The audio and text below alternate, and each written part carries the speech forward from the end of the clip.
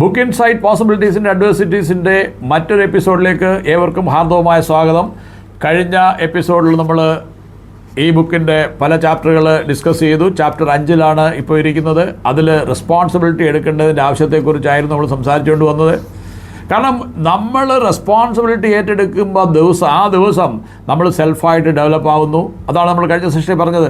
അത് നമ്മുടെ കുടുംബത്തെ മാറ്റുന്നു, നമ്മുടെ സമൂഹത്തെ മാറ്റുന്നു, നമ്മുടെ രാജ്യത്തെ മാറ്റുന്നു. അപ്പോൾ ഈ റെസ്പോൺസിബിലിറ്റി ഏറ്റെടുക്കാൻ നമ്മൾക്ക് തയ്യാറാണോ? അത് ഈ ചാപ്റ്ററിൽ തീർച്ചയായിട്ടും ആ റെസ്പോൺസിബിലിറ്റി ഏറ്റെടുക്കാൻ നിങ്ങളെ പ്രേരിപ്പിക്കുന്നുള്ള ഉറപ്പാണ്. ഈ റെസ്പോൺസിബിലിറ്റി ഏറ്റെടുക്കുന്നതുകൊണ്ട് നിങ്ങൾ ഒരിക്കൽ റെസ്പോൺസിബിലിറ്റി ഏറ്റെടുക്കുമ്പോൾ തന്നെ നിങ്ങൾ ഒരു സ്ഥാപനത്തിൻ്റെ ഇൻഡിസ്പെൻസബിൾ പില്ലറായി മാറുന്നു. ഇൻഡിസ്പെൻസബിൾ പില്ലർ എന്ന് പറഞ്ഞാൽ എന്താ? അതായത് ആ പില്ലർ മാറ്റിയാൽ ബിൽഡിംഗ് ഇടിഞ്ഞു വീഴും. നിങ്ങൾ വർക്ക് ചെയ്യുന്ന സ്ഥാപനത്തിൽ നിങ്ങളിന്നില്ലെങ്കിൽ ആ കമ്പനി ഓടത്തില്ലെന്ന് നിങ്ങളുടെ ബോസിന് ഫീൽ ചെയ്യുന്നുണ്ടോ? നിങ്ങളെ റീപ്ലേസ് ചെയ്യാൻ പറ്റുന്നൊരു വ്യക്തിയാണെന്ന് നിങ്ങൾക്ക് തോന്നുന്നുണ്ടെങ്കിൽ നിങ്ങളുടെ വിലയില്ല. നിങ്ങൾ ചിന്തിക്കണം, എൻ്റെ ബോസ് ഇന്ന് ഞാൻ പോയി കഴിഞ്ഞാൽ എൻ്റെ ബോസിന് ഫീൽ ചെയ്യണം, ഒരു വലിയൊരു നഷ്ടമാണല്ലോ. ഇന്ന് അൺഎംപ്ലോയ്മെൻ്റ് എന്ന് എല്ലാവരും പറയുന്നു, ജോലിയില്ല എന്നെല്ലാവരും പറയുന്നു. നിങ്ങൾ എന്തുകൊണ്ട് ജോലി ഇല്ലാതെ വരുന്നു? കാരണം നിങ്ങളവിടെ ആവശ്യമില്ലാത്ത ഒരാളാണെന്ന് അവർക്ക് തോന്നിയിട്ടുണ്ട്. ആവശ്യമുള്ളവരെ അവർ മാറ്റത്തില്ല. അതിന് ഉദാഹരണം ഞാൻ പറയാം. കോവിഡ് കാലത്ത് 10-60 ആളുകൾ വർക്ക് ചെയ്തിരുന്ന കമ്പനികൾ 10 പേരിൽ താഴെ വർക്ക് ചെയ്യുന്ന ഒരവസ്ഥയിലേക്ക് എത്തി. ഈവൻ നമ്മുടെ സ്ഥാപനത്തിൽ തന്നെ ഒരുപാട് സ്റ്റാഫ് ഉണ്ടായിട്ട് വളരെ ചുരുക്കം ചില ആളുകളെ വെച്ച് അതേ ഫംഗ്ഷൻ ചെയ്യാൻ പറ്റി. കാരണം എന്താ? ആ സമയത്ത് അവശേഷിച്ചിരുന്ന വ്യക്തികളുടെ പൊട്ടൻഷ്യൽ വളരെയേറെ കൂടുകയും അവർ കമ്മിറ്റഡായി മാറുകയും അവരെ കൊണ്ട് സ്ഥാപനം മുന്നോട്ട് കൊണ്ടുവന്ന് വെച്ചു. അപ്പോൾ നമ്മൾ ആലോചിക്കണം, ഇന്ന് ജോലി നഷ്ടപ്പെടുന്നു എന്ന് നിങ്ങൾ ആലോചിക്കുന്നുണ്ടെങ്കിൽ നിങ്ങൾ ഇൻഡിസ്പെൻസബിൾ അല്ല. നിങ്ങൾ എന്ന് റെസ്പോൺസിബിലിറ്റി ഏറ്റെടുത്ത് കാര്യങ്ങൾ ചെയ്തു തുടങ്ങുന്നു അന്ന് നിങ്ങൾ ഇൻഡിസ്പെൻസബിളായി മാറും. നിങ്ങളെ അവിടുന്ന് ഒഴിവാക്കാൻ പറ്റില്ല. അപ്പോൾ അതിന് ചെയ്യേണ്ടത്, ഈ ബുക്ക് പ്രധാനമായിട്ട് പറയുന്നൊരു കാര്യം, നിങ്ങൾ റെസ്പോൺസിബിലിറ്റി ഏറ്റെടുക്കുന്ന ഒരു ഹാബിറ്റ് ആവും. നിങ്ങൾ റെസ്പോൺസിബിലിറ്റി ഏറ്റെടുക്കുമ്പോൾ എന്താ യഥാർത്ഥം സംഭവിക്കുന്നത്? നിങ്ങളുടെ സ്ഥാപനത്തിലെ ഒരു പേപ്പർ പോലും നഷ്ടപ്പെടുത്താൻ നിങ്ങൾ അനുവദിക്കത്തില്ല. നിങ്ങൾ ബൾബ് ഓഫ് ചെയ്യാതെ നിങ്ങൾക്ക് പുറത്തു പോകാൻ പറ്റത്തില്ല.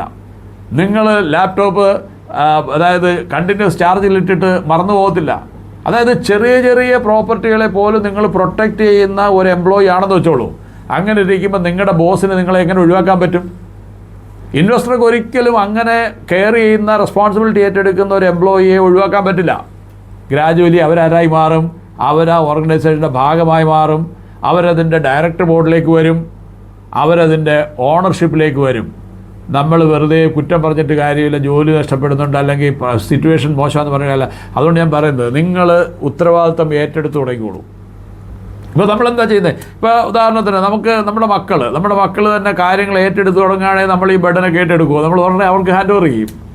അതുപോലെ ഏതൊരു എംപ്ലോയറാണ് നിങ്ങൾ കണ്ടിന്യൂസ് ജോലി ചെയ്യാൻ ആഗ്രഹിക്കുന്നത്? ഒരു എംപ്ലോയറും രാവിലെ മുതൽ വൈകുന്നേരം വരെ അവിടെ കുത്തിയിരുന്ന് ജോലി ചെയ്യാൻ ആഗ്രഹിക്കുന്നില്ല.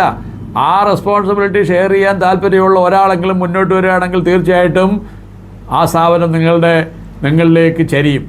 അപ്പം എന്തുകൊണ്ട് നിങ്ങളൊരു സ്ഥാപനം നടത്തുമ്പോൾ യഥാർത്ഥത്തിൽ ഞാൻ ഈ എൻ്റർപ്രനർഷിപ്പ് വേണമെന്ന് എപ്പോഴും പറയുന്നതിൻ്റെ കാര്യം, നിങ്ങളൊരു സർക്കാർ ഉദ്യോഗസ്ഥനായാൽ നിങ്ങൾക്ക് മറ്റുള്ളവരെ സഹായിക്കാൻ കഴിയുന്ന അവസരം വളരെ ചുരുക്കമാണ്.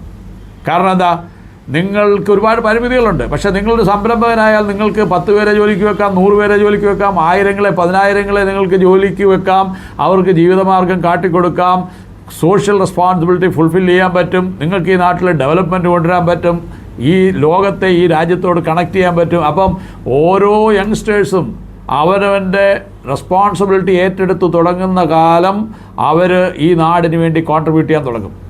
അപ്പം എനിക്ക് ഈ അധ്യാപകരോട് പറയാനുള്ളത്, എനിക്ക് സംരംഭകരോട് പറയാനുള്ളത്, ഈ രാഷ്ട്രീയ നേതാക്കളോടും മതാധ്യക്ഷന്മാരോടും ഒക്കെ എനിക്ക് പറയാനുള്ളത്, റെസ്പോൺസിബിലിറ്റി ഏറ്റെടുക്കുന്ന ഒരു സമൂഹത്തെ വളർത്തിയെടുക്കാൻ നമുക്ക് കഴിഞ്ഞാൽ ഈ നാടിൻ്റെ പട്ടിണി മാറും. ഒരു പ്രവാസിയും പോയി വീണ്ടും തുപ്പൽ സഹിക്കേണ്ടി വരില്ല. കാരണം എനിക്ക് ഒരുപാട് യൂറോപ്യൻ ഫ്രണ്ട്സ് ഉണ്ട്. ഈ യൂറോപ്യൻ ഫ്രണ്ട്സ് നമ്മുടെ മുഖത്ത് നോക്കി പലപ്പോഴും ചോദിക്കുന്നുണ്ട്, നിങ്ങളുടെ നാട്ടിൽ നിങ്ങൾക്ക് വട്ടുണ്ടോ? നിങ്ങളുടെ നാട്ടിൽ ഇത്രയും റിസോഴ്സ് ഉണ്ട്, നിങ്ങൾ എന്തിനാണ് ഇങ്ങോട്ട് വരുന്നത്? ഞങ്ങളാരും ഇത്രമാത്രം ലോങ് നിൽക്കില്ല. ഞങ്ങളുടെ കുടുംബത്തെ വിട്ടിട്ടോ അല്ലെങ്കിൽ ഞങ്ങളുടെ നാട് വിട്ട് ഇങ്ങനെ നിൽക്കുന്നില്ല. ഞങ്ങൾ വരും, പോവും, ഞങ്ങൾ കുറച്ച് പൈസ ഉണ്ടാക്കും, തിരിച്ചു പോവും. അതാണ് ഞങ്ങളുടെ ടെൻഡൻസി. പക്ഷേ നിങ്ങൾ അനുദാഹരണം ഓയിൽ ഫീൽഡിൽ ജോലി ചെയ്യുന്ന സുഹൃത്തുക്കൾക്കറിയായിരിക്കും. അല്ലാതെ നമ്മുടെ ആളുകൾക്ക് 28 ഡേയ്സ് കഴിഞ്ഞ് 28 ഡേയ്സ് ബ്രേക്ക് ഉള്ളപ്പോൾ നമ്മുടെ ആളുകൾ വീണ്ടും അവിടെ അടുത്തൊരു 28 തൊട്ട് അവിടെ നിന്ന് പൈസ ഉണ്ടാക്കാൻ ശ്രമിക്കും. എന്നാൽ ഒരു ഇംഗ്ലീഷുകാരനും 15 ദിവസത്തിൽ കൂടുതൽ അല്ലെങ്കിൽ 28 ദിവസത്തിൽ കൂടുതൽ ജോലി ചെയ്യത്തില്ല. കാര്യം എന്താ? അവൻ്റെ നാട് ഡെവലപ്പായി കഴിഞ്ഞു. അവൻ്റെ നാട് ഡെവലപ്പ് ആവാനുള്ള ഒരു പ്രധാന കാരണം അവരെ നമ്മൾ ക്ലോസ്ലി ഒബ്സർവ് ചെയ്യുകയാണെങ്കിൽ ഇവരുടെ ഈ റെസ്പോൺസിബിലിറ്റി ഏറ്റെടുക്കുന്ന, നിങ്ങൾക്ക് 1-2 കേസുകൾ പറയാൻ പറ്റിയേക്കും അവരങ്ങനെയല്ല ഉഴപ്പന്മാരാന്നൊക്കെ പറയാൻ കഴിഞ്ഞെങ്കിലും പൊതുവേ എൻ്റെ ഇത്രയും നാളുള്ള എക്സ്പീരിയൻസ് വെച്ച് യൂറോപ്യൻസുമായിട്ടുള്ള എൻ്റെ ഡീലിങ്സ് വെച്ചിട്ട് എനിക്ക് മനസ്സിലാവുന്നത് അവർ റെസ്പോൺസിബിലിറ്റി ഏറ്റെടുക്കുന്ന കാര്യം വളരെ ചെറുപ്പത്തിൽ തന്നെ കുട്ടികളെ പഠിപ്പിക്കുന്നുണ്ട്.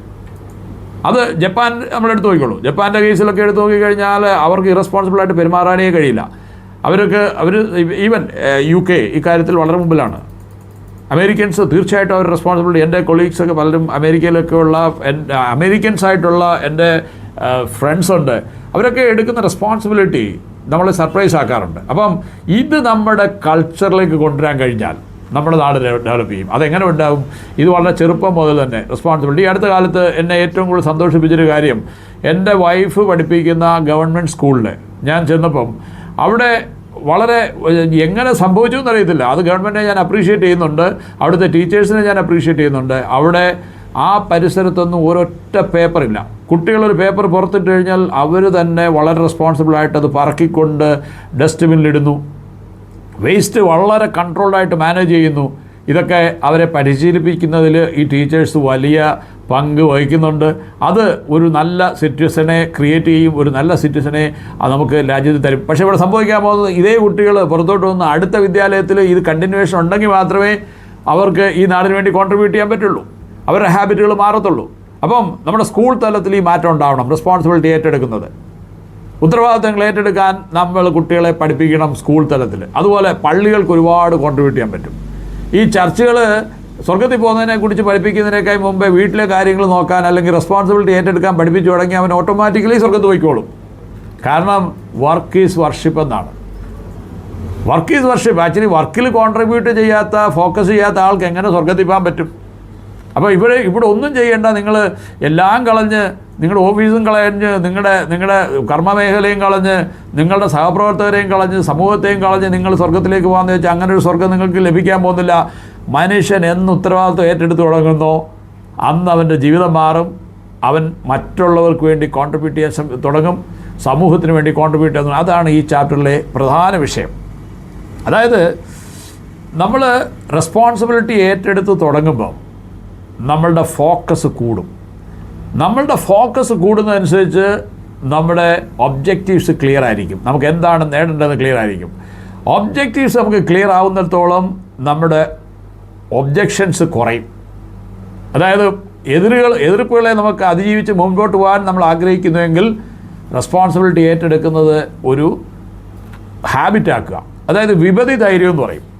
വിപതി ധൈര്യം എന്ന് പറഞ്ഞാൽ എന്താ? അതായത് ഏതൊരു ഡേഞ്ചറസ് സിറ്റുവേഷനിലും വിപതി ധൈര്യം എന്ന് പറഞ്ഞാൽ, ഈ ധൈര്യം എന്ന് പറഞ്ഞാൽ യഥാർത്ഥത്തിൽ എന്താണ്? ധൈര്യം എന്ന് പറഞ്ഞാൽ ഭയമില്ലാത്ത അവസ്ഥയല്ല. ധൈര്യം, പലരും വിചാരിച്ചിരിക്കുന്നത് ധൈര്യം എന്ന് പറഞ്ഞാൽ ഭയമില്ലാത്ത അവസ്ഥ എന്നാണ്. അല്ല, ധൈര്യം ഭയമില്ലാത്ത അവസ്ഥയല്ല, മറിച്ച് നിങ്ങളുടെ ആവശ്യകത നിങ്ങളുടെ ഭയത്തെ അധികരിക്കുമ്പോൾ നിങ്ങൾ ധൈര്യവാനായി മാറുന്നു. നിങ്ങളുടെ ആവശ്യകത നിങ്ങളുടെ ഭയത്തെ അധികരിക്കുമ്പോൾ നിങ്ങൾ ധൈര്യവാനായി മാറുന്നു. ഉദാഹരണത്തിന്, ഒരു അമ്മയും കുഞ്ഞും നടന്നു പോകുന്നു. പെട്ടെന്ന് ഒരു കടുവയോ ഒരു പുലിയോ ചാടി വീഴുന്നു അവരുടെ മുമ്പിലേക്ക്. കുഞ്ഞ് കയ്യിൽ നിന്ന് താഴെ വീഴുന്നു. കുഞ്ഞിനെ ഇട്ടിട്ട് ഓടുന്നതിന് പകരം കടുവയും പകച്ചു പോകുന്നു. കുഞ്ഞിനെ ഇട്ടിട്ട് പെട്ടെന്ന് കടുവയുടെ മുമ്പിൽ കുഞ്ഞ് വീഴുന്നു. അമ്മയും കുഞ്ഞും കടുവയും അന്താളിച്ചു പോകുന്നു. ആ സാഹചര്യത്തിൽ തൻ്റെ കുഞ്ഞിനെ, കടുവയൊക്കെ മറന്ന് കുഞ്ഞിനെ വാരിപ്പിടിച്ച് ഓടാൻ ശ്രമിക്കുന്ന അമ്മ യഥാർത്ഥത്തിൽ ധൈര്യമാണ് കാണിക്കുന്നത്. പലരും വിചാരിക്കുന്ന ധൈര്യം കടുവയുടെ മുമ്പിൽ നിൽക്കാനുള്ള ധൈര്യം അല്ല, കുഞ്ഞിനെ രക്ഷിക്കാനുള്ള അമ്മയുടെ ആഗ്രഹം, അതാണ് യഥാർത്ഥ ധൈര്യം. അതായത് നെഞ്ചും വിരിച്ച് ബുള്ളറ്റിനെ തന്നെ നിൽക്കുകയല്ല ധൈര്യം. അതായത് നമ്മുടെ ആവശ്യകത നമ്മുടെ ഭയത്തെ അധികരിക്കുന്ന സാഹചര്യത്തിലാണ് ധൈര്യം. ആ ധൈര്യം വരണമെങ്കിൽ നമ്മൾ റെസ്പോൺസിബിലിറ്റി ഏറ്റെടുക്കണം. എനിക്കെൻ്റെ കുഞ്ഞിനെ വിട്ടിട്ട് കടുവയിൽ നിന്ന് ഓടി രക്ഷപ്പെടാൻ പറ്റില്ല, എൻ്റെ കുഞ്ഞാണ് എനിക്ക് മുഖ്യം എന്ന് ഞാൻ ചിന്തിക്കുന്ന ദിവസം എൻ്റെ റെസ്പോൺസിബിലിറ്റിയാണ് എൻ്റെ കുഞ്ഞിനെ എവിടുന്ന് പിക്കപ്പ് ചെയ്യുക എന്നുള്ളത്. ആ അമ്മ അങ്ങനെ ആയിരിക്കും ചിന്തിക്കുന്നത്. അങ്ങനെ വരുമ്പോൾ കടുവ പോലും പാച്ചു പോവും, കുഞ്ഞിനെ എടുത്ത് രക്ഷപ്പെടുന്നു. ഇത് ഈ പറഞ്ഞ റെസ്പോൺസിബിലിറ്റി നിങ്ങൾ ഏറ്റെടുക്കുന്ന നിമിഷം നിങ്ങളുടെ ഒബ്ജക്റ്റീവ്സ് ക്ലിയർ ആവുന്നു. നിങ്ങളുടെ ലക്ഷ്യം അതാണ്. ഒബ്ജക്റ്റീവ്സ് ക്ലിയർ ആകുമ്പം നിങ്ങളുടെ മുമ്പിലുള്ള ഒബ്ജക്ഷൻസ് കുറയുന്നു, ഒബ്സ്ട്രക്ഷൻസ് കുറയുന്നു, എതിർപ്പുകൾ കുറയുന്നു. അത് നിങ്ങളെ സക്സസ്സിലേക്ക് നയിക്കുന്നു. അപ്പം ഈ റെസ്പോൺസിബിലിറ്റി നമുക്ക് അടുത്ത സെഷനിൽ അപ്പം റെസ്പോൺസിബിലിറ്റി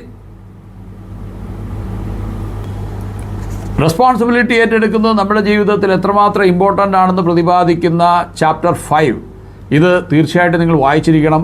ഇത് നിങ്ങളുടെ ജീവിതത്തെ